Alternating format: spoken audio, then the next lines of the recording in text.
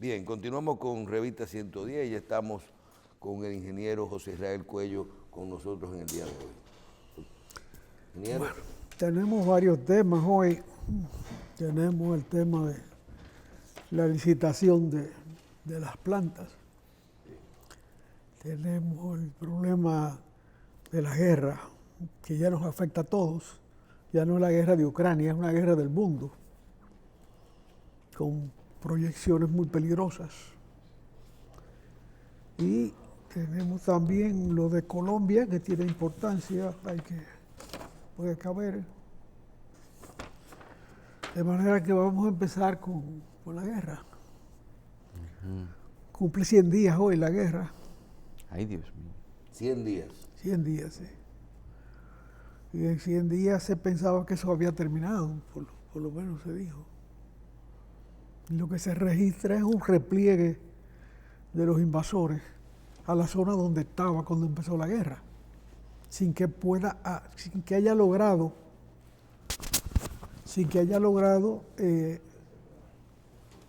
Los objetivos ningún triunfo espectacular, al contrario, destrucción infinita sin ninguna posibilidad de ganar, como va ahora la cosa. Ingeniero, Pero con la posibilidad... ninguno de los países han logrado ningún objetivo.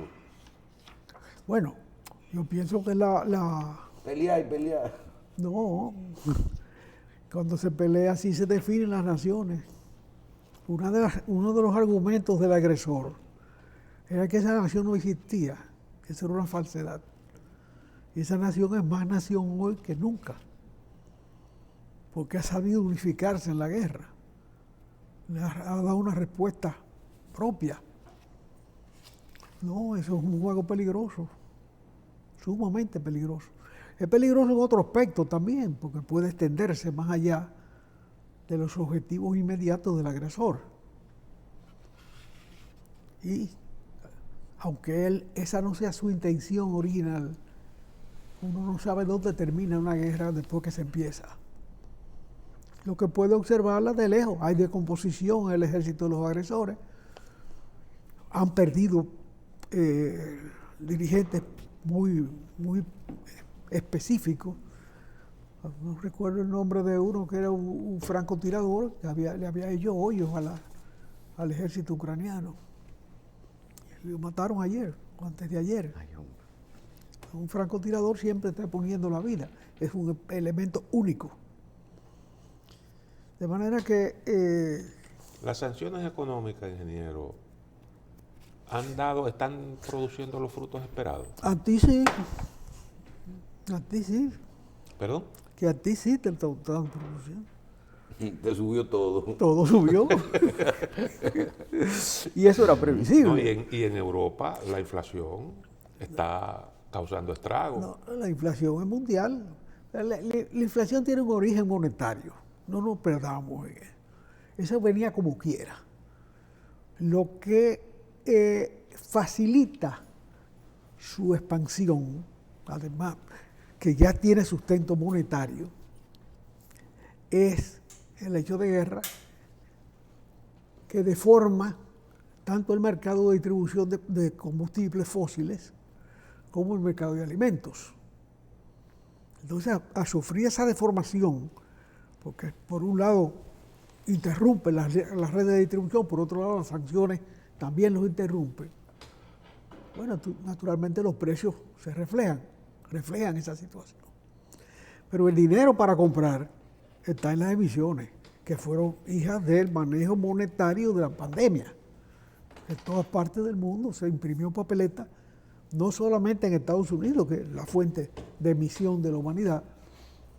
Ellos tienen el privilegio de ser los emisores únicos de potencia confirmada para fuera de su territorio, porque el dólar tiene la virtud, hija de la Segunda Guerra Mundial, de que es la moneda de referencia universal. Las otras no son monedas más que en su propio territorio. De manera que la situación a los 100 días está peor para el agresor que Ayer dijo Vladimir Zelensky, el presidente de Ucrania, que Rusia tiene el control del 20% del territorio del país, o sea, más de 125.000 kilómetros cuadrados, incluyendo las principales ciudades del este. ¿Eso se pudiera considerar un avance en términos militares?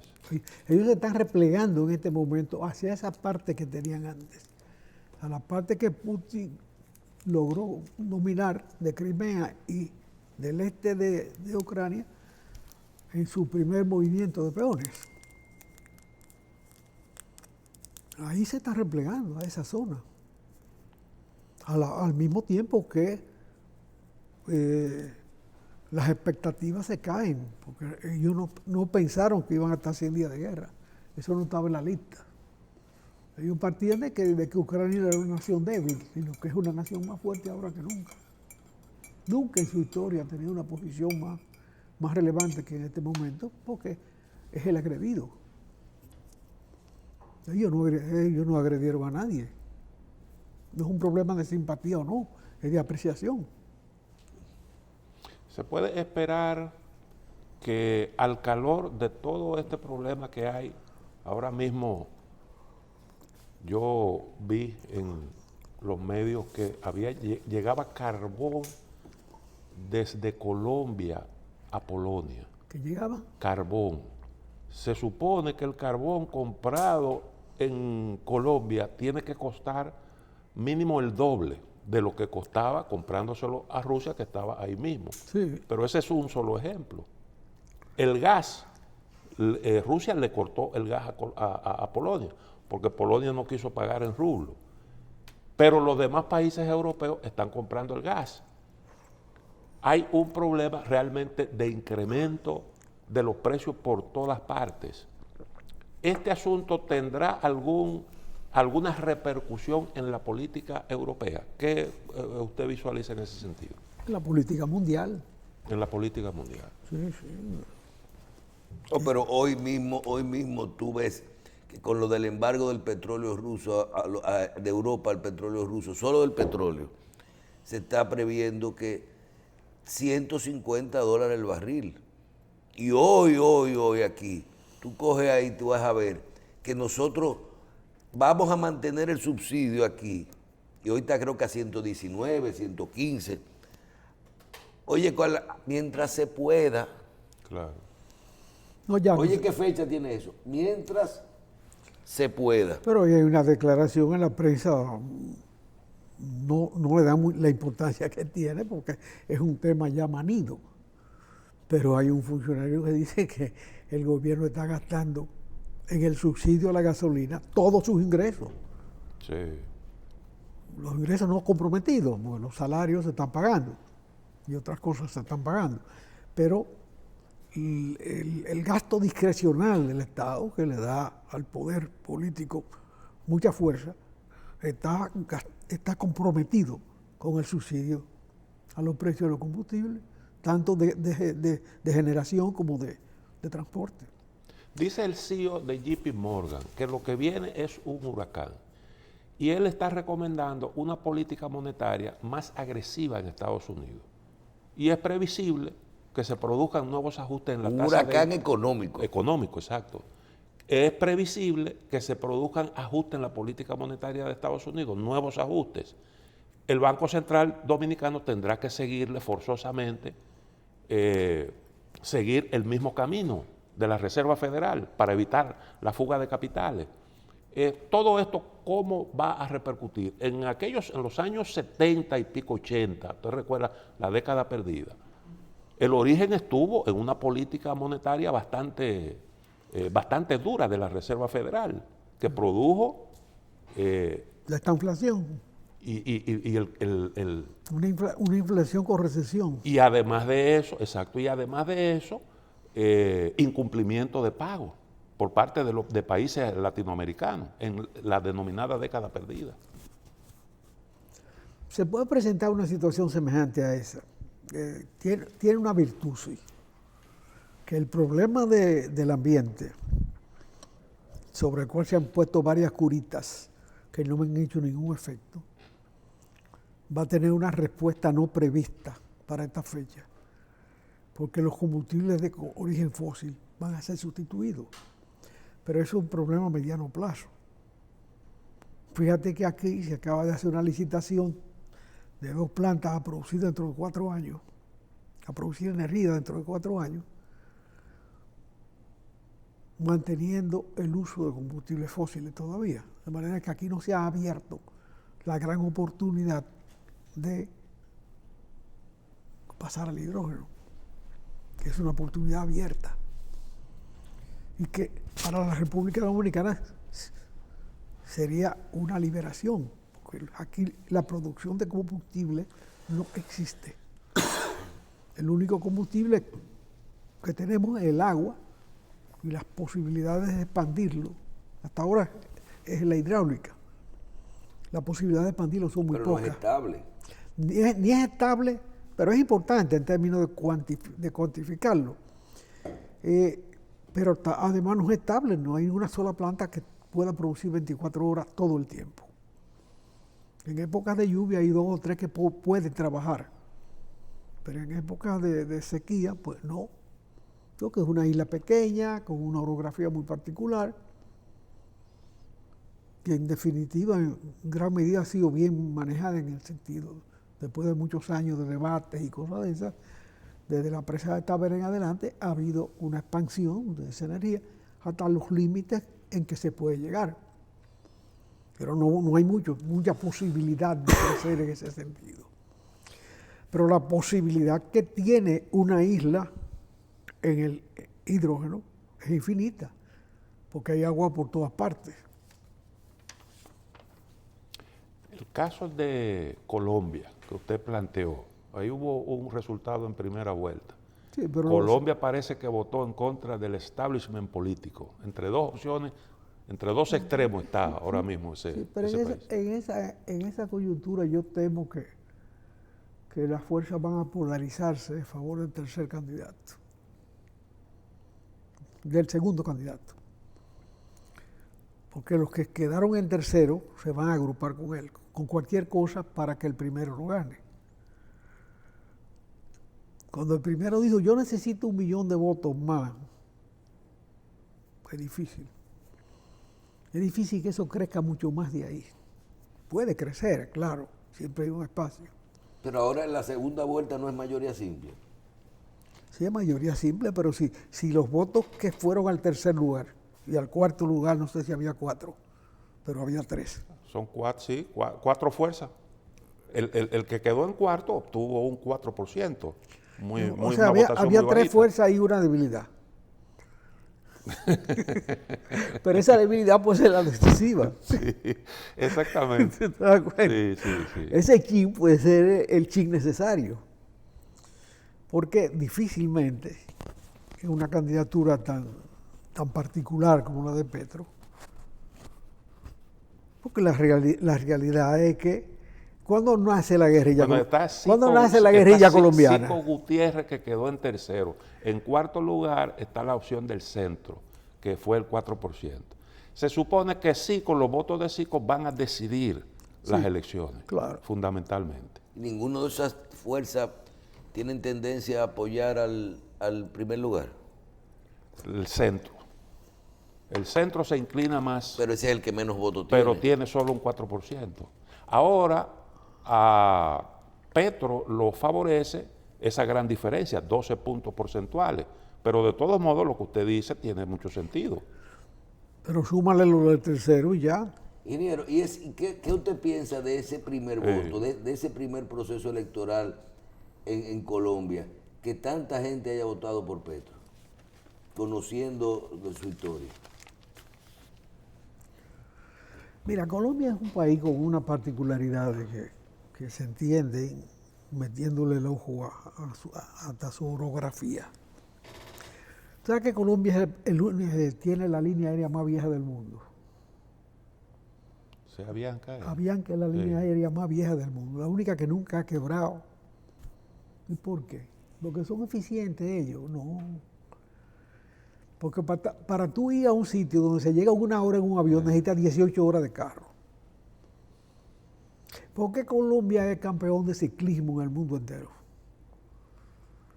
porque la bicicleta, pedalea duro ahí. la bicicleta en la loma sustituyó al mulo. Aquí lo sustituyó el motor, pero allá fue la bicicleta. De manera que la gente comenzó a meter bicicleta en la loma para hacer sus comunicaciones. Eso significa que es un país fraccionado. Ese elemento del transporte te dice a ti que Medellín es una capital, que Bogotá es otra, con autonomía. Fíjate cómo la droga se concentró en Medellín y en Cali. Eran los dos polos de la droga, por producción y distribución al exterior. Pero en Bogotá no era importante, y en Bucaramanga tampoco, y ni hablar de otras capitales. Son pequeños estados. ¿Cuál fue el criterio para dividir el continente de Bolívar? El caciquismo. Caciques que hicieron 7 países, 6 países. Pero originalmente era uno solo.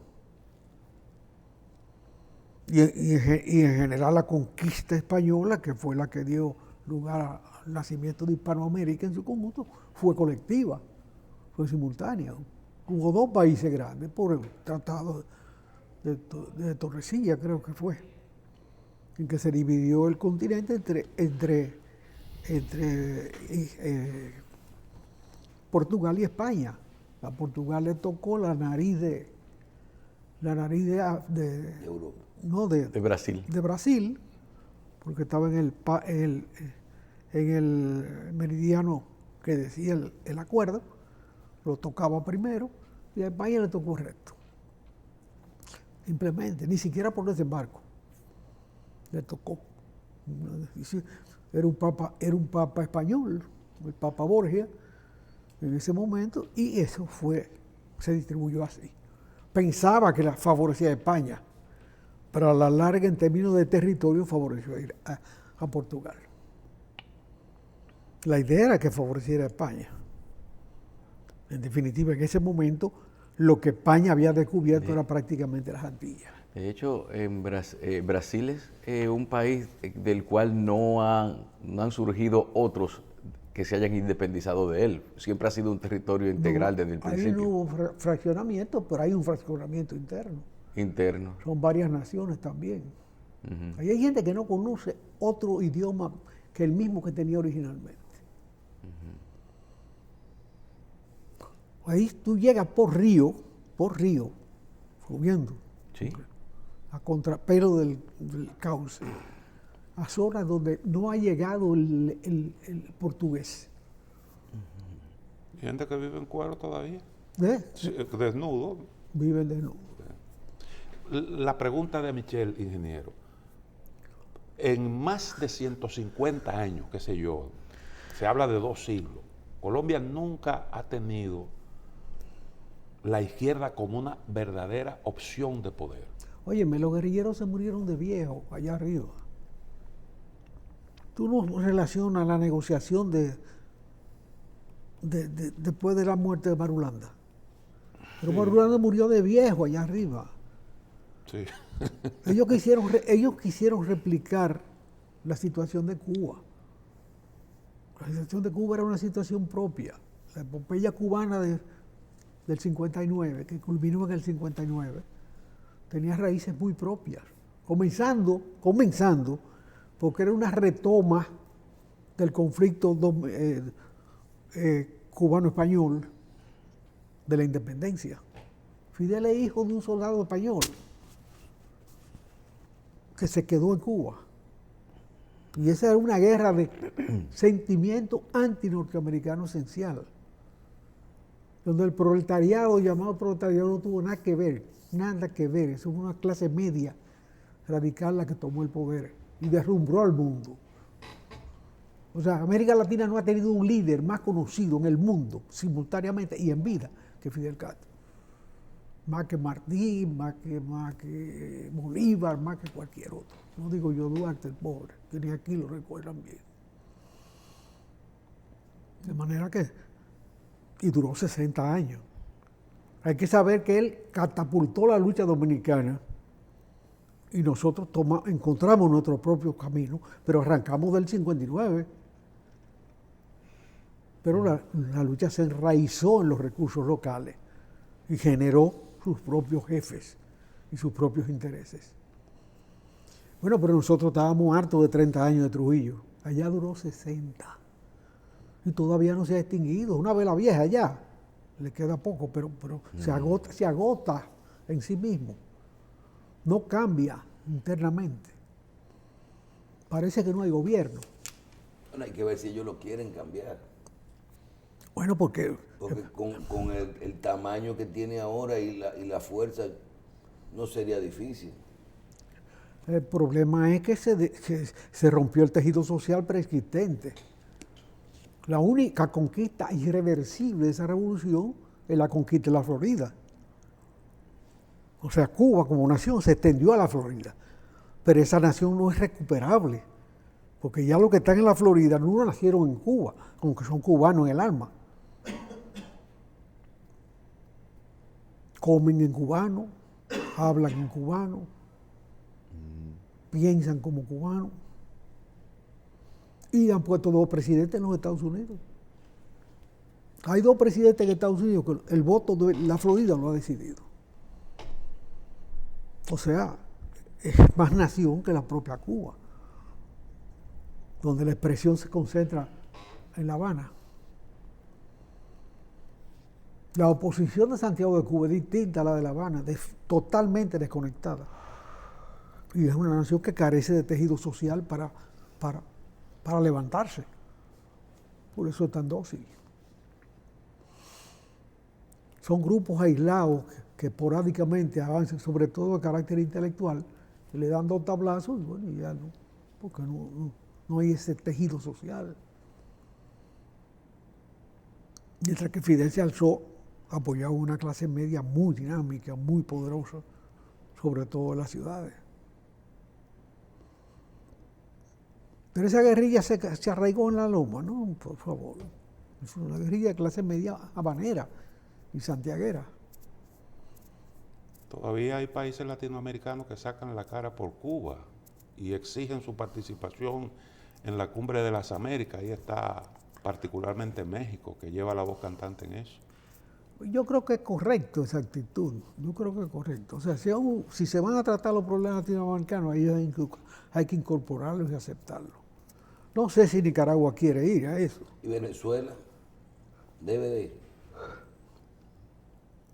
Si ellos tienen algo que decir, deben tratar de ir. Lo que aplica para Cuba también aplica para Está Venezuela. Sí, pero claro que se está sí. discutiendo que quién va, si Guaidó o Maduro.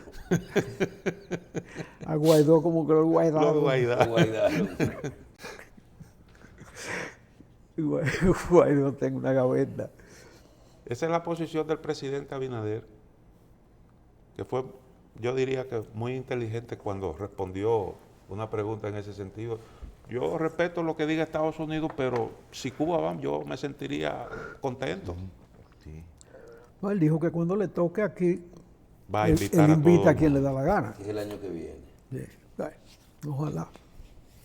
¿Cómo va a terminar el proceso en Colombia, ingeniero?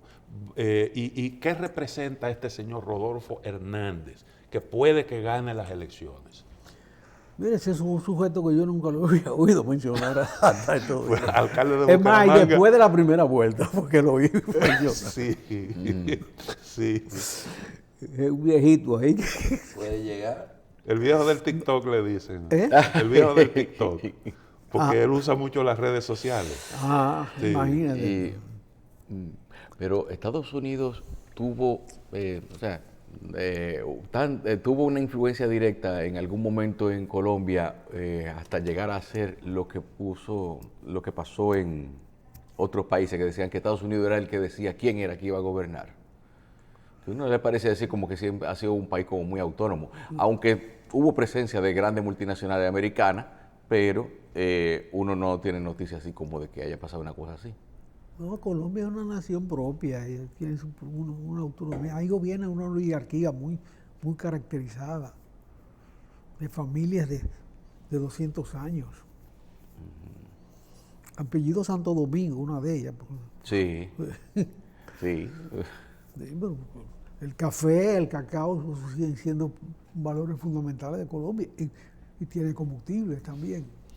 Uribe gobernó 2 periodos. Puso a Santos y puso a Iván Duque. Ahora está de capa caída. El uribismo tuvo que incluso retirarse de las elecciones. ¿Eso qué lo explica? ¿Qué es lo que ha pasado? ¿Tuvo que ver con esas protestas que se produjeron en Colombia por el asunto de la pandemia y la reforma fiscal que se intentó? El descontento Mira, yo creo que el uribismo fue una excrescencia dentro del régimen oligárquico. Un hombre que tenía un pensamiento diferente, con matices diferentes dentro del régimen oligárquico, pero no fuera de ahí. Esa es una nación que son 6 o 7 naciones, cada una con capitales propias y naturaleza propia, que se intercomunica solo por vía aérea, donde ni ferrocarriles se han podido hacer que comuniquen toda esa inmensidad de territorio. Con economías distintas. Hay zonas mineras, hay zonas cafetaleras, hay zonas de cacautales, hay producción azucarera, hay textiles. Hace 100 años aquí se importaban textiles de Colombia. Ellos creen mucho en su producción nacional, tienen recursos naturales. No, y y tienen los recursos humanos. E independientemente de cómo está, tienen buenos niveles de educación. Sí. ¿Vale? Pero también me llama la atención que independientemente de las coyunturas del momento, Colombia es un país que no es tan... porque ahora, por ejemplo, por diferentes factores, todo está muy barato. Las cosas no son... Tú vas a un restaurante bueno en Colombia por la mitad de lo que tú vas en cualquier lugar. Y el supermercado, tú ves la cuenta, la mitad. Tú dices, ¿qué pasa si todos compramos en el mismo lugar? Muchos productos nacionales tienen un sistema diferente de que han logrado tener sus ingresos de otro lugar. Porque hay una diversidad de fuentes de recursos. O sea, no depende, no es monoproductor. Y no es que también, o sea, los salarios son bajos, para ellos no es lo mismo, ¿eh? Para ellos no es que es sencillo, pero es un país, hay que ver en muchas cosas. Ese Bien. modelo puede uno verlo. Ingeniero, con el tema de la electricidad, nos cambiamos de tema.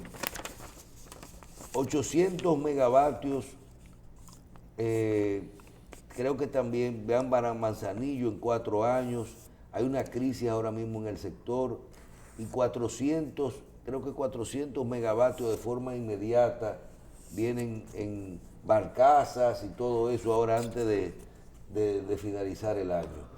Este proceso, ¿cómo usted lo ve? ¿Es obligatorio? ¿Teníamos otra opción? Fuera del tema de pensar a mediano o largo plazo con otras alternativas a nivel de combustible. Bueno, estamos marcados por el fracaso del proyecto de Punta Catalina.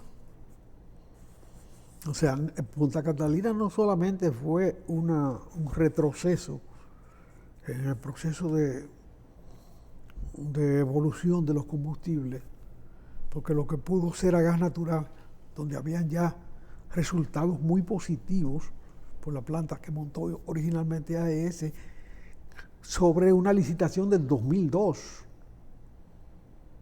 Y es el sector más importante, más estable de la generación dominicana. Fue un retroceso que se convocara, se manejara una licitación para buscar el financiamiento con Brasil, y entró Odebrecht. Y bueno, ya la historia de la contratación es propia. Pero ahí estamos amarrados con un carbón y además con el Estado dueño de una planta otra vez. Pero está aportando 750 megas. Cuando trabaja. Pero no puede dejar de trabajar. La última planta no puede salir. Cuando tú pones en la punta una capacidad de ese tipo, si ella sale, tienen que entrar varias nuevas, varias de las viejas, porque ninguna tiene 300, de ahí para abajo. Que 300 que puedan entrar, que no hayan entrado. Entonces, fíjate que cada vez que se hacen licitaciones es una cantidad mayor por la expansión de la economía y la necesidad de que salgan las plantas de mayor costo de producción. Se habla de que nosotros necesitamos alrededor de 100 megavatios por año. El aumento. Nuevos. Es mucho. Y como se lleva 4 años montarla, hay que montar 400. 400 para estar igual. Para estar igual. Sí. 400 para estar igual. Sí. Cuando tengamos esto, cuando adicionemos esa cantidad de energía al sistema, entonces vamos a tener la misma situación. Sí, pero estamos hablando ahora mismo, yo vi un proyecto de 2000. Lo que pasa es que está entrando más energía también por las renovables.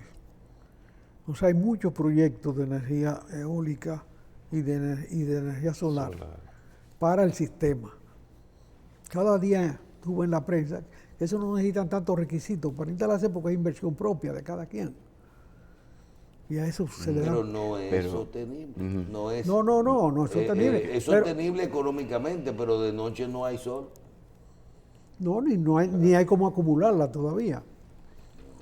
No, pero, o sea, ni hay sol, ni hay baterías suficientes, ni recursos suficientes para acumularla.